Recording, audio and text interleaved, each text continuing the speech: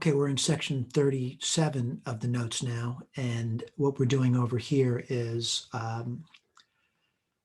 word problems that involve two unknowns. All right, so the way we're going to be doing this is certainly reading the problem and trying to identify what's not known in it, and then solving for those unknowns. We did some examples in class.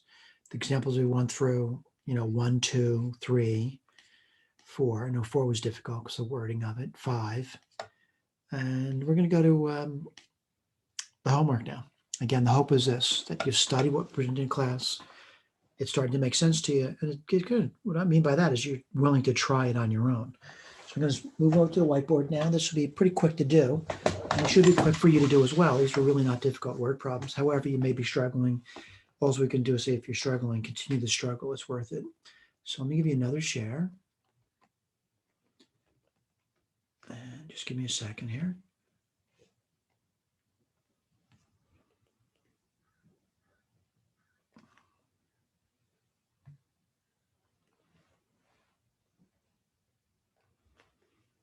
Okay, should be seeing a whiteboard.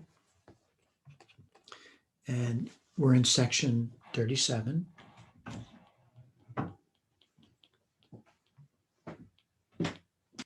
And we're on the homework.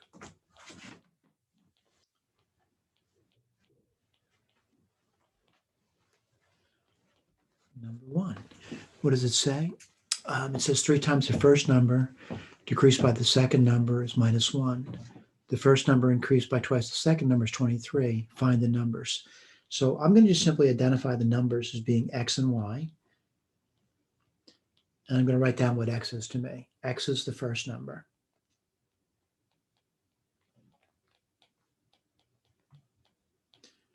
Now, the reason I'm doing that, they label it the first number. And then I'm going to say y is the second number.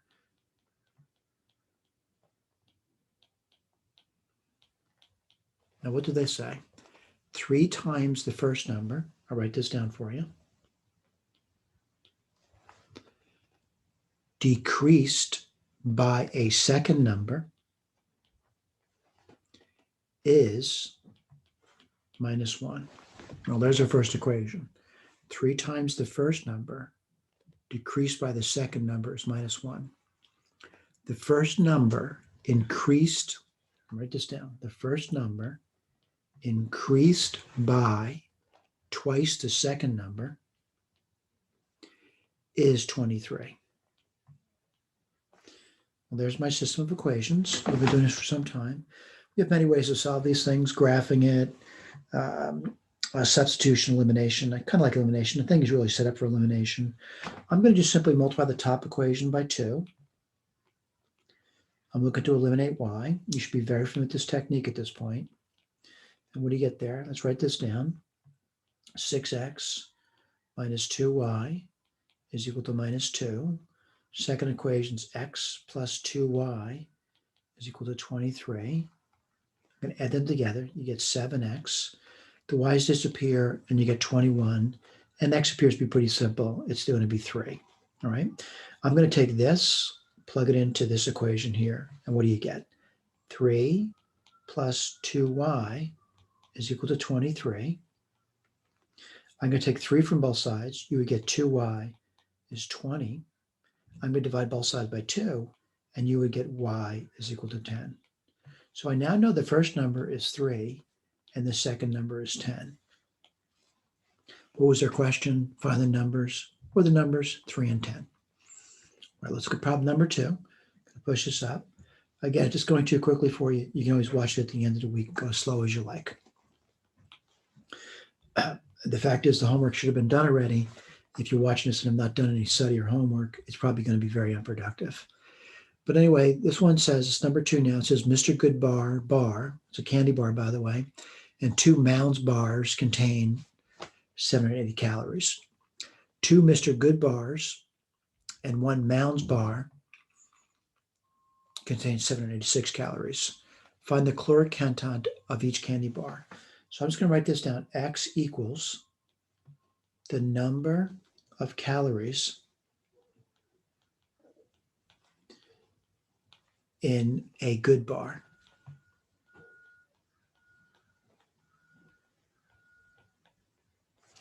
And Y is the number of calories in a mounds. Let's write this down. So we have one good bar, okay, and 2 mounds, and that equals 780 calories. There's one equation. The next one says 2 good bars and 1 mounds is 786 calories.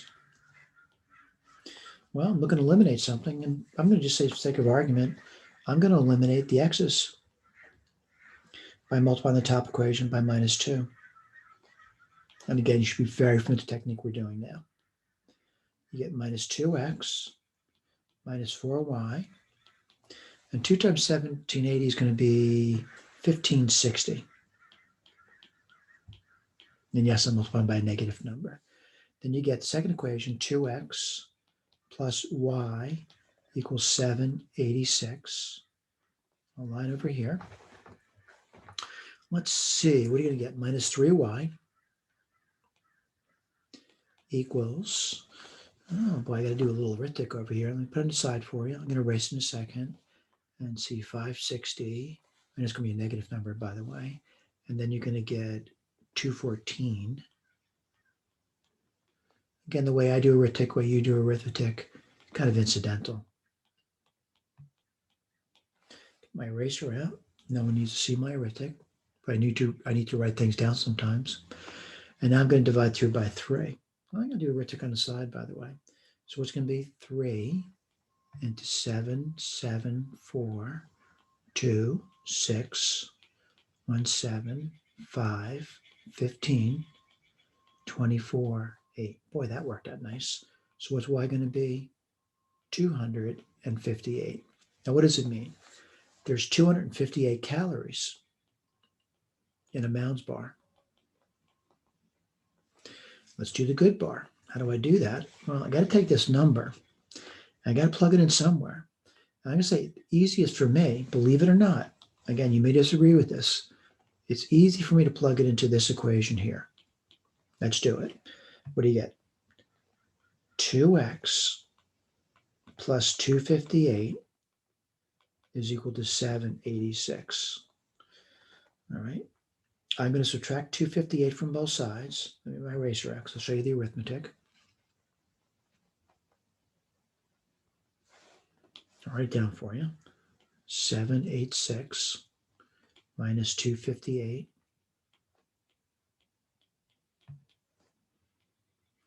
Let's see, 528. 2x. Let's see, 250 and 14, 264. And there's 264 calories. Let me write that down for you. Whoops. And a good bar. Let's look at the answer key. I would say one good bar contains 264 calories and 1 mounds 258 calories. We're doing pretty good there. So what I'm going to do now is I'm going to go to number 3. I'm going to push this up. Again, it's a short section, by the way. What's number 3? You invest $7,200 into 2 accounts, one paying 8%, the other one paying 10%. At the end of the year, the accounts earn the same amount of interest. How much was invested at each rate? I don't know. So write this down. X equals the amount of money in the 8% account, and Y is the money in the 10% account. Now, what do I know? X plus Y is equal to 7,200. What else do I know? I know the interest at the end of the year is identical, which means, interest is principal times rate times time. Well, time is a year, so I'm going to say 8% of X, I'm using this formula over here, is going to be the same thing as 10% of Y. All right, let's keep going. And, someone said, what are you going to do over here? I have to do something, right? So I'm going to take that second equation and I'm going to multiply it by 100. Oops. And let me go through that with you. Oops.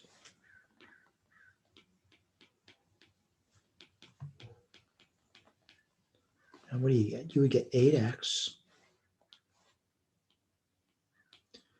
equals 10y. Okay, I'm going to keep moving forward. And I'm starting to realize that 8x equals 10y. I could probably make that simpler by dividing both sides by 2. I'm going to write that down for you without actually going through the work. So maybe I'll do the work. I'll write that down for you. So I'm going to multiply it by half. And what would you get?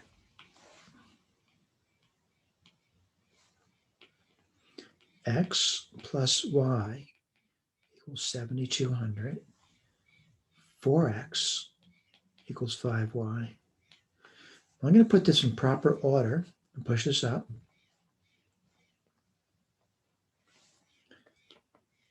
X plus y, 7,200.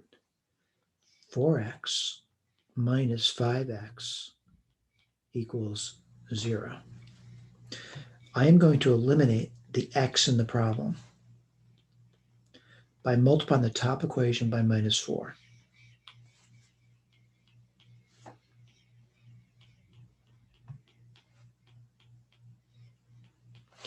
Let's see.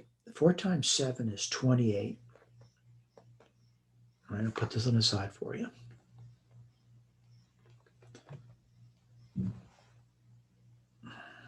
Okay. And 4 times 200 is 800. So 28, 800. What do you get in the second equation? 4x minus, whoops, I made a mistake. I just noticed it. I get my eraser out. Over here. All right, I gotta get my eraser.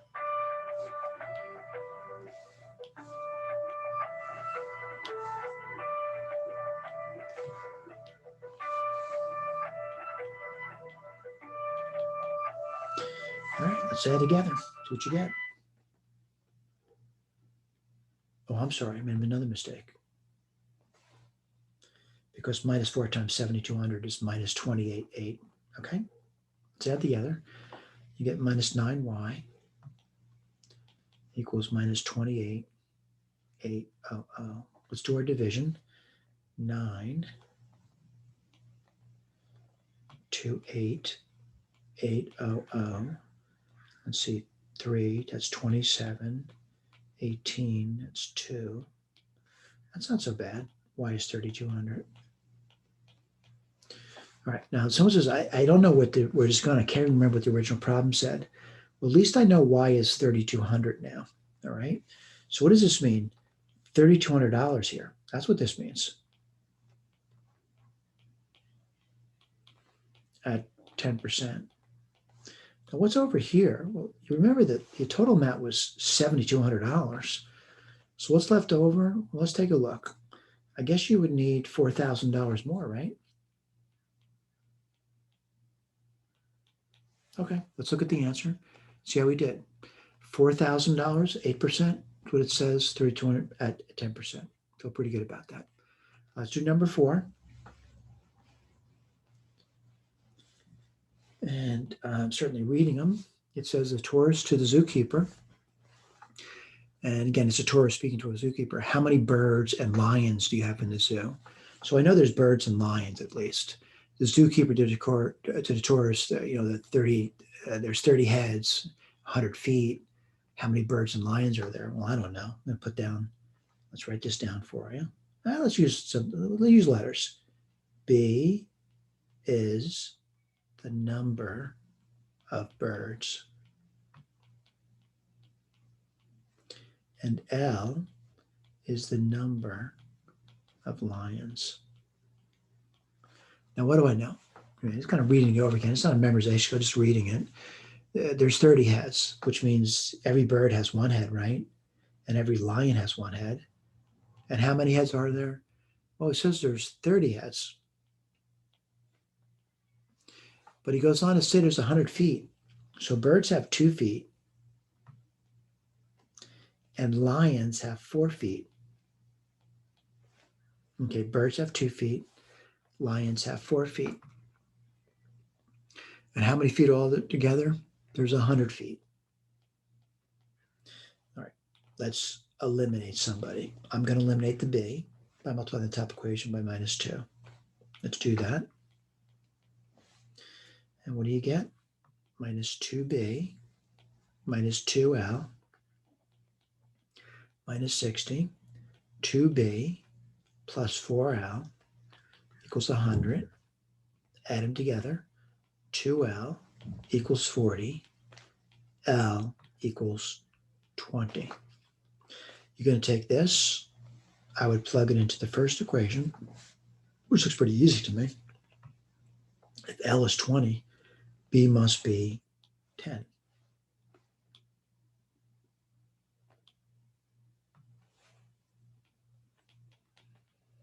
So there's 10 birds, 20 lions.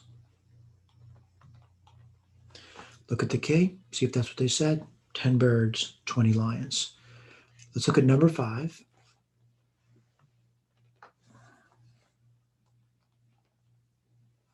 Now, what does it say? A rectangular garden with a perimeter of 34 feet. Put this over here.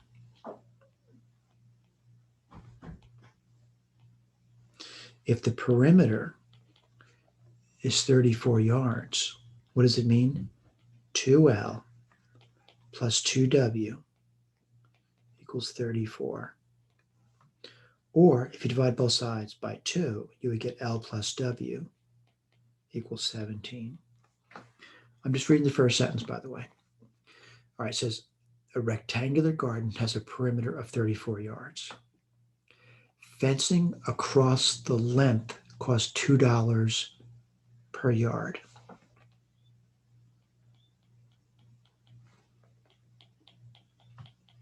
I'm going to write this down.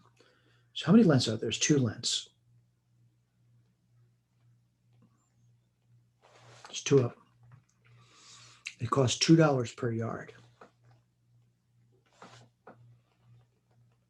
And then it goes on to say fencing along the width is only $1 per yard. Well, how many W's are there? There's 2 W's. And what's the value there? $1 per yard. And by the way, L and W are in yards. The total cost, which I did together, is $58. So what does it mean? 4L plus 2W is 58. Well, again, I'm going to divide both sides by 2. 2L plus W is going to be 29. Now, by the way, I hope you realize you have 2 equations over here. I think I can figure out L and W. Let me write this down for you. L plus W is 17. 2L plus W equals 29. I'm going to multiply the top equation by -1 to get rid of the W. And what do you get? Minus L minus W equals -17. 2L plus W equals 29. Add them together, L, the W's disappear. What do you get? 12. So I don't know what 12 means. Well, it has something to do with the length, right? L is the length, right? And what's L? It's the length of it in yards, right? So the length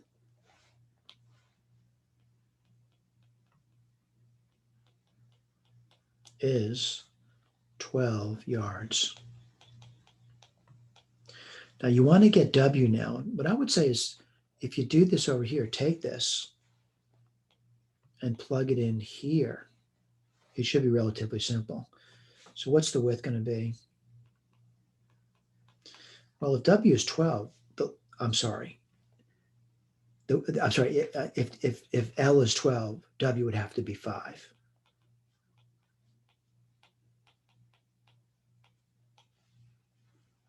Let's look at the key.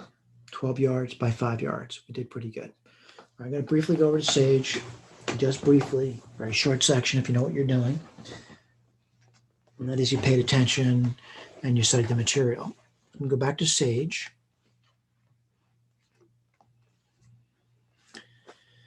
And give me a second here. Open up Sage. CoCalc. Again, this is something you're very familiar with at this point. If you've been listening, of course. If you haven't been listening, nothing's going to be familiar. And do a new worksheet.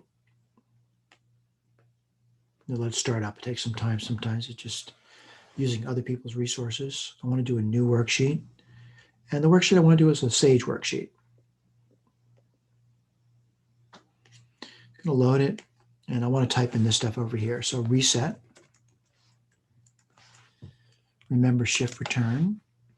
X comma Y equals var. That means it's a variable definition. X and Y. And I'm going to solve. And someone says, I wonder what this equation is. This is the one that we did in the investment one. Hope you remember that. I'm going to copy paste this in. You can imagine simple problems, again, we should be able to do it by hand, but big problems you can't do by hand. They're too difficult, too time consuming. And let's see what happens. 4,000, We got this before, if you remember. And it's back in this equation over here, 4,000, How much quicker does it do a machine? A lot quicker. We're trying to teach you, though, how to do things by hand. Hopefully, you're going to move beyond that and start using machines to solve real world problems. But you need a basic set of problems to be able to do before you can start to extend this to bigger, more realistic problems. Thank you.